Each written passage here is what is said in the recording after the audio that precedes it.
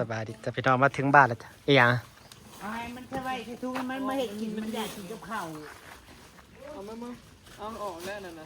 เสือกันฝนนะพอดีแล้วสินี่ ชื่อไง จะ เจ้า เด็ดไปเก็บพักเก็บเนี่ย ไป เราจะมานั่งซุปเสือที่ตูบก่อนเนาะ แม่นเอากองไผ่ล็อกก่อนเราจังมาจะเป็นนางเล่นอยู่ตู้ฮะ ก่อนเดี๋ยวลง อันนี้จะเป็นนางเล่นตู้อมรานะจ๊ะต่อจะเอาของมาให้อ้อยก่อน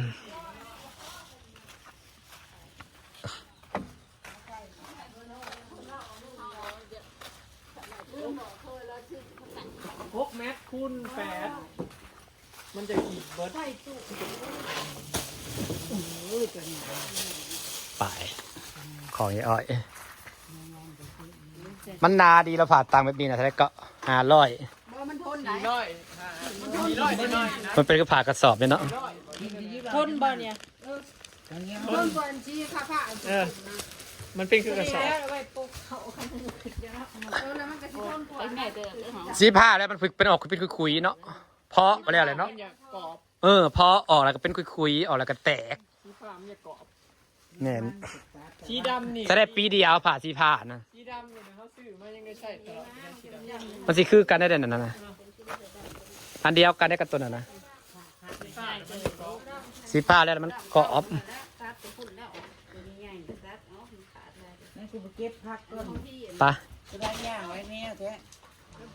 ซิ่งไปรถเลยนะจะไปเก็บพักก่อนบ่ จะไปเก็บผักบุ้งแต่ดอกกระเจียวห้องกลุ่มมันกำลังออกดอก เบิ่งกับเราเลย เองอ๋อจะเห็ดเนียงสอนบ่ สูเนี่ยจ้าตัว ยิบเองบ่เด่นนะ เอาหอยมันแล้วมีแต่มาสู้ลูกมันใช่ อ๋อสั่งมาบ่เท่าไหร่ ส่งมาหาซีทางว่า พอซื้ออยู่ได้ล่ะ หูว่าอีตัวนี้ไม่ได้ตัวนี้คือว่าคอยหูว่าตัวนี้จะเป็นปีนี้ร้อยตัวสีเงาหาแม่จ้าจ้า ง่ายแห่งซอนคัก เอาเจ้านะห้องคอยนะฮกมันหูแล้ว พอดีเนี่ยนะเนาะพอดีใหญ่ความใหญ่มันพอดีสอนคักเขาว่า ใหญ่กว่าใหญ่เดือดมันนั่งสอง ถ้านกไม่ได้สอนนะพอดีอีเกะเวลาไปสอนตามน้อง แม่น ใหญ่กว่าสองน้องหรือว่าสอนหวยแล้วมันคนละผักฝั่งเลยโอ้คักอยู่อ่ะ ซ้ำเดียวพอดีแล้วเนี่ยพอดีสอนม่วน พวงของเจ้าเลยดิ กว้างลายกันนัก ยาวมันหอมเนาะหอมนะ มาว่างานเจ้าย่อลงกันย่อลงไหน เดี๋ยวเราไปทะเลเนี่ยเดี๋ยวใช้ทะเลไป บัดเจ้าไปหมดแล้วจะมาตากฝน เฮ้ยมาแล้วอันไอ้เราเลี้ยงหมูเลยเป่งน้ำขี้หมูลงมาพี่เด้ออาจจะให้มันงามนะงามแต่ได้เห็นบ่คือไอ้ถ้าไปซื้อเขานะเห็นบ่มันหมักน้ำขี้หมูพักโป้งในยอดไม่ได้จุ่มน้ำอยู่แล้วหรือว่าทำสิเก็บขายกรอบพร้อมให้เราเป่งน้ำล่างขี้หมูลงมาทางนี้ป้าทำสีงามทำสีขัก ตัวเองก็ไม่ค่อยได้กินดอก เก็บพักเฮ้ยมันกำลังเป็นยอดงามอีกฮะซาบริเก็บแกงน้ำใหม่นะยังได้น้ำขี้หมูแห่งคักได้ดิเนี่ยพี่น้องผักบุ้งแก้วจ้าเย็นตาโฟเด้อเฮ้ยบริกินดอกเย็นตาโฟนะเห็ดแบบว่ามันเคยกินเย็นตาโฟหม้อไฟอยู่เฮ้ยแบบว่าเขากินคือจิ้มจมนะ แต่เป็นน้ำเย็นตาโฟแล้วก็มีเครื่องแล้วก็กินคือจิ้มจุ่มน่ะแซ่บต้องไป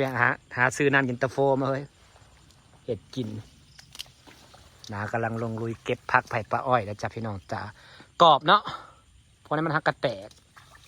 ยอดใหญ่เลยนี่พี่น้อง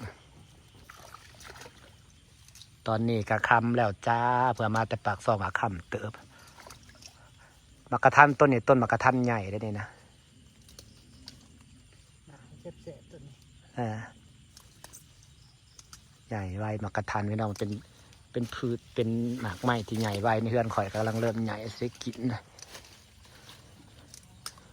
เราก็มีตัวกระเรียนใส่ตัวเลย นี่เลย เข่าก็สิมีพนักพนิยามาให้แล้วเนาะ มาตายเนี่ยจะเทยเนี่ยเราอ่ะ เห็ดเท่ากับ เขากับชีวิตคนตัวคนเดียวกับซอยเฮ็ด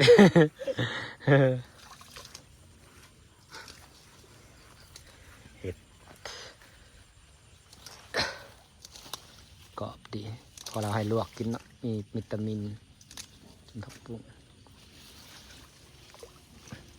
ยอดมันสิสั้นขึ้นเทิงเป็นเอาผักบุ้งอันนี้ผักบุ้งแก้วขัดจังเมื่อเย็นตาโฟกินเลยซื้อน้ำมันมาแล้วก็เห็ดกิน นี่จะไปเอาเย็นตาโฟในไทยมา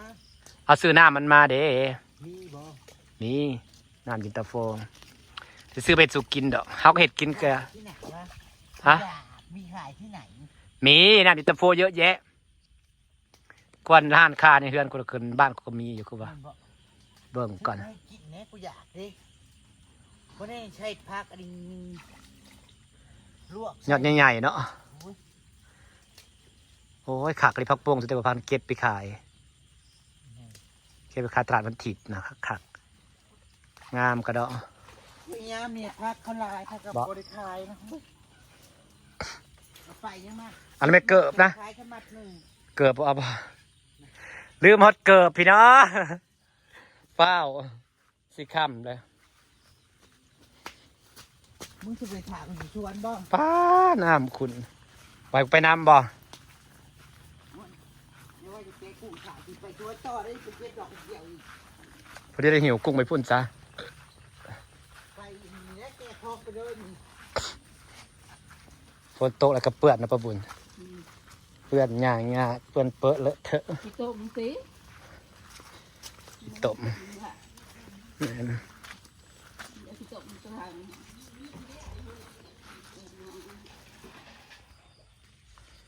มันออกอยู่ดอกกระเจียวนะ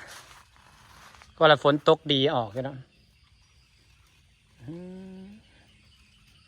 สะออนตะบัวแล้วจะพี่น้องจ้ามันไปแบบไปลายเรียร้อนในปลาแตก นี่คนก็เปาะนี่บริเก็บยาวสั่นนี่ไง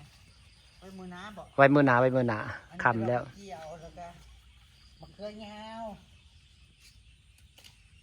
เพิ่นติเพิ่นเป็นแม่ห้างแม่หมาย แม่เนี่ย อยากกินมะเขือยาวคืออย่าง วัดสีว่าวพี่น้องนางมาละเอามาเคยย่าไปฝากป้าอ้อยเป็นแม่ห้างแม่ไม้เราก็จะไปอยากกินกับมึงหรอกสรุปไปแล้วเราเป็นคนที่ว่าโสดมาตลอดเลยป่ะเฮ้ยหรือว่าเคยมีผัวมาก็แล้ว มีผัวก็มีลูกและชายแล้วนั่นเด้ เออผัวไปใส่แบบนี้ ผัวแล้วตายหลายปีแล้ว อืม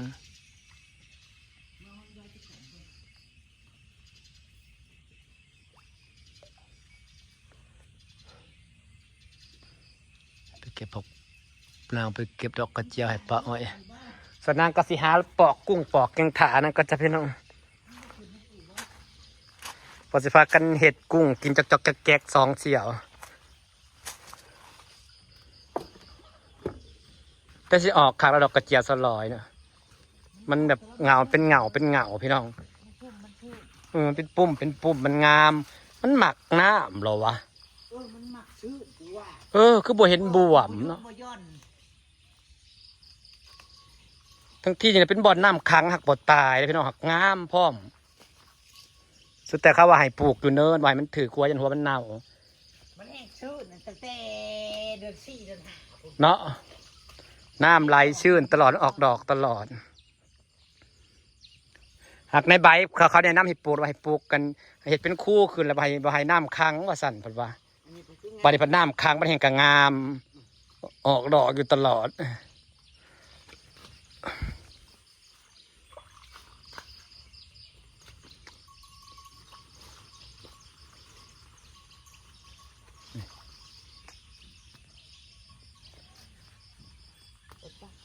ไป